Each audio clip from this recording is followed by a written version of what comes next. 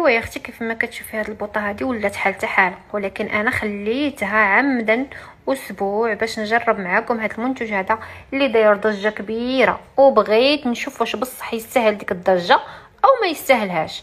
ايوا تا انا مشيت شريته وقلت غادي نستعملوا على هاد البوطه هادي. كيف ما كتشوفوا والله يا البنات راه الخيال العلمي والله القسم البنات الى الخيال العلمي.